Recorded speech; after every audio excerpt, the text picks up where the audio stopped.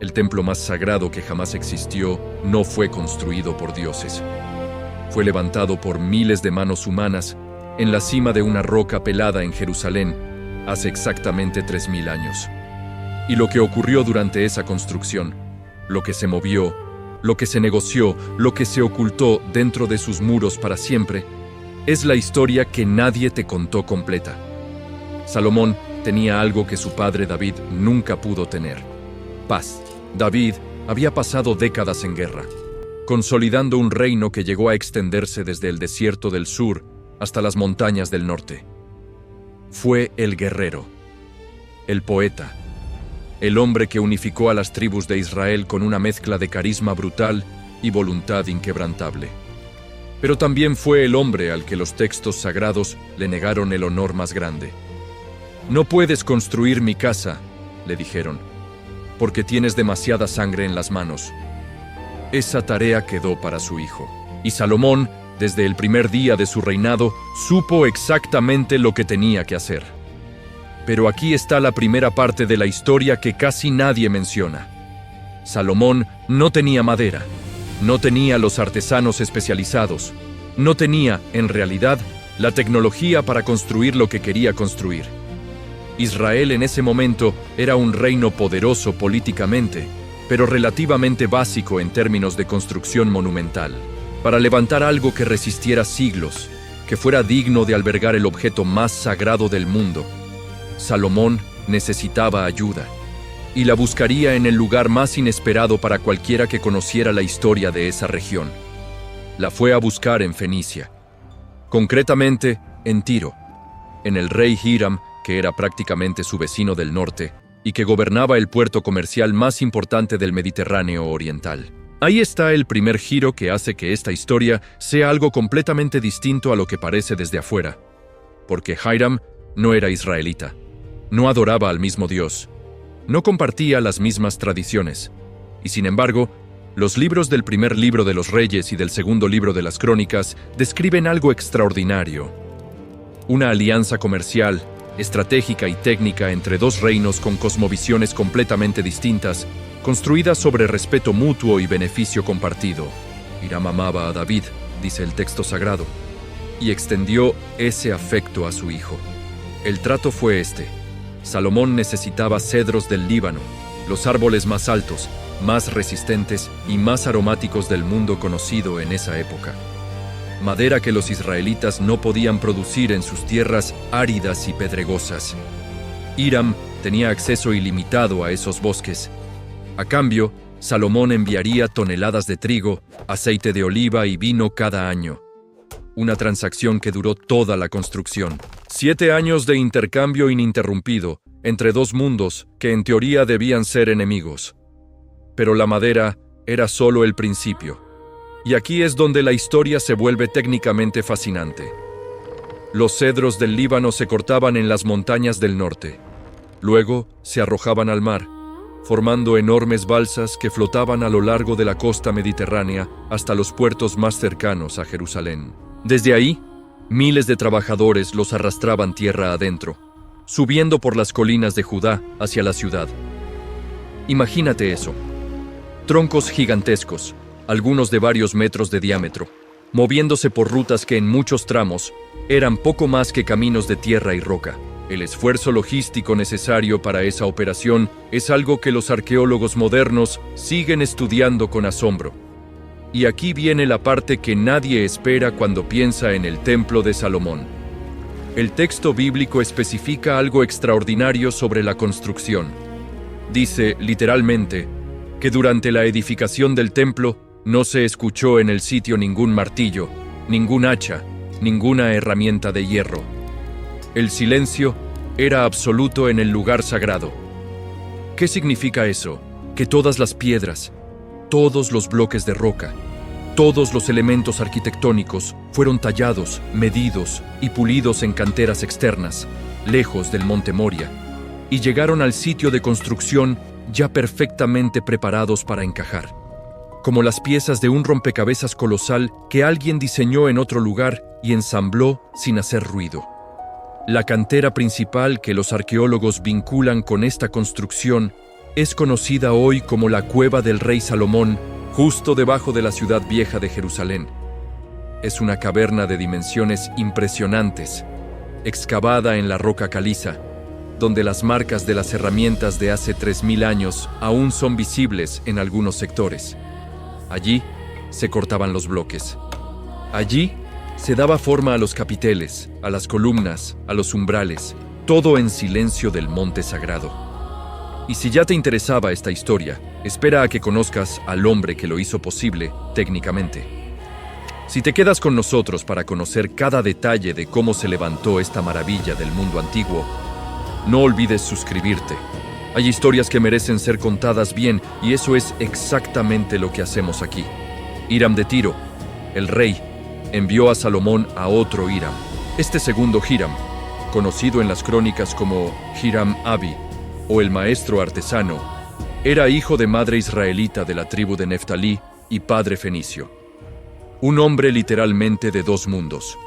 Un artesano de una habilidad tan extraordinaria que las crónicas lo describen como alguien lleno de sabiduría, inteligencia y conocimiento para hacer toda clase de trabajos en bronce.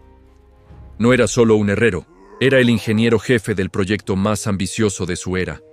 Fue Hiram Abi quien diseñó y fundió las dos columnas más icónicas del templo. Las crónicas las nombran con una precisión casi obsesiva. Se llamaban Jaquín y Boaz. Medían alrededor de 18 codos de altura, unos 8 metros, con capiteles de 5 codos más. Estaban recubiertas de redes de bronce entretejidas, con granadas decorativas colgando de ellas, 100 por capitel. No eran columnas estructurales en el sentido arquitectónico moderno. Estaban colocadas en el pórtico de entrada, flanqueando la puerta principal. Eran declaraciones. Eran el primer mensaje visual que cualquier persona recibía al acercarse al templo. Aquí comienza otro mundo. Hiram Abi también creó el mar de bronce, que es quizás el elemento más intrigante de toda la construcción del templo. Era una pila circular monumental fundida en bronce de 10 codos de diámetro, 5 de altura, con un grosor de un palmo en todo su perímetro, sostenida por 12 toros de bronce, 3 mirando en cada punto cardinal. Contenía 2000 batos de agua, lo que equivale aproximadamente a 45.000 litros. Se usaba para que los sacerdotes se purificaran antes de entrar al lugar santo. Era, en esencia, la fuente de purificación más grande jamás construida hasta ese momento en el mundo conocido. Fundir esa cantidad de bronce con la tecnología de hace 3000 años no es un detalle menor. Requería hornos capaces de mantener temperaturas de más de 1000 grados centígrados durante horas. Suficiente combustible vegetal para alimentar esa temperatura y moldes de tierra o cera suficientemente precisos para dar forma a estructuras de esa complejidad. Los arqueólogos creen que el trabajo metalúrgico de mayor escala se realizó en el Valle del Jordán, en la llanura arcillosa entre Sucot y Zaretán, donde el suelo tenía la composición perfecta para construir los moldes necesarios. El templo en sí mismo tenía una estructura que no era arbitraria ni meramente estética. Tenía una lógica espacial y teológica profunda. El edificio principal se dividía en 3 zonas: el Ulam, el vestíbulo de entrada; el Ejal, la nave principal, donde estaban el altar del incienso, la mesa de los panes de la proposición y los candelabros de oro; y el Debir, el lugar santísimo, el espacio más interior, el corazón del templo, donde reposaría el arca de la alianza. El Debir era un cubo perfecto, 20 codos de largo, 20 de ancho, 20 de alto. Un cubo de silencio absoluto, recubierto de oro por dentro, donde el sumo sacerdote solo entraba una vez al año. El oro es otro capítulo en sí mismo. Las crónicas mencionan cantidades que durante siglos hicieron dudar a los historiadores de que fueran literales. El primer libro de las crónicas habla de que David, antes de morir, había acumulado para la construcción del templo 100.000 talentos de oro y 1.000.000 de talentos de plata, además de bronce, hierro y madera en cantidades incontables.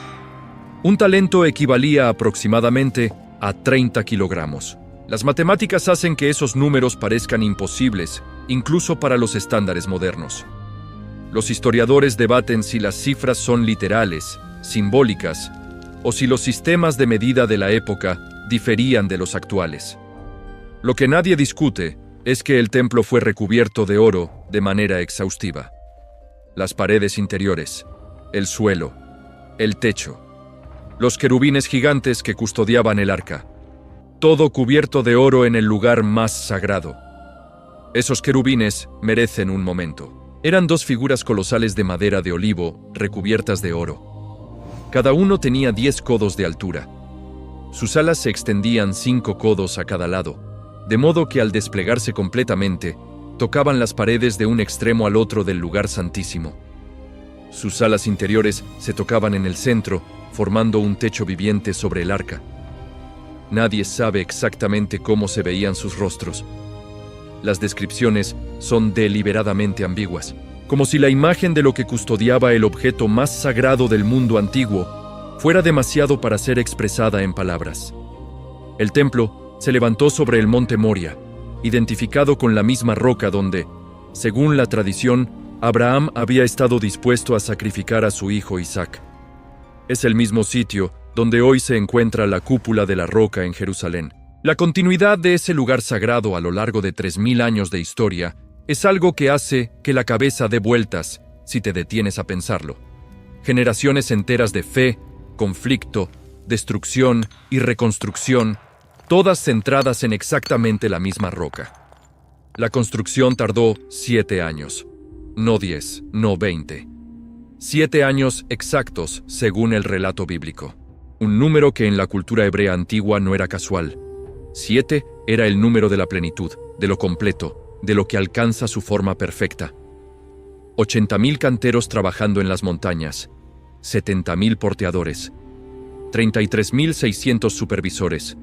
Los números del Libro de los Reyes hablan de una fuerza de trabajo que haría palidecer a cualquier proyecto de construcción monumental de la antigüedad, con excepción quizás de las pirámides de Giza.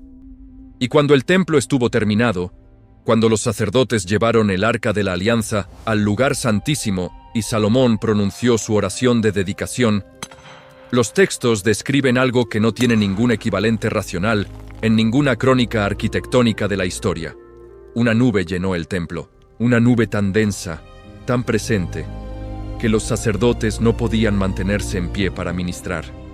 Era, según la tradición, la presencia de lo divino haciéndose físicamente perceptible en el espacio que los seres humanos habían tardado 7 años en preparar.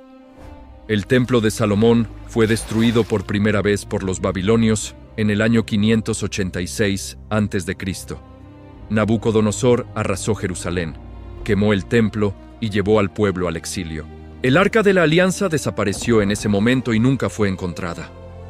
Fue reconstruido décadas después, en lo que los historiadores llaman el Segundo Templo, y ese fue el que conoció Jesús de Nazaret. Ese fue destruido a su vez por los romanos en el año 70 de nuestra era. Lo que quedó fue un muro de contención, el muro occidental, el muro de las lamentaciones, el único vestigio físico de ese complejo sagrado que aún existe, frente al cual millones de personas rezan cada año, con la frente apoyada en piedras que tienen 3000 años. Pero lo que Salomón construyó no fue solo un edificio. Fue la cristalización de una idea, la idea de que lo sagrado merece lo más cuidadoso que los seres humanos son capaces de hacer, lo más preciso, lo más silencioso, lo más pensado. Cada piedra cortada lejos del sitio, para que el lugar mismo no conociera el ruido de la construcción. Cada detalle de bronce fundido por las manos del artesano más hábil disponible en el mundo conocido. Cada codo de madera de cedro traído desde las montañas del norte, flotando sobre el mar durante semanas antes de llegar a su destino. Hace 3000 años, en una colina de Jerusalén, los seres humanos hicieron algo que muy pocas civilizaciones han logrado: construir en silencio un lugar que hablaría por siglos. Y esa piedra todavía está ahí,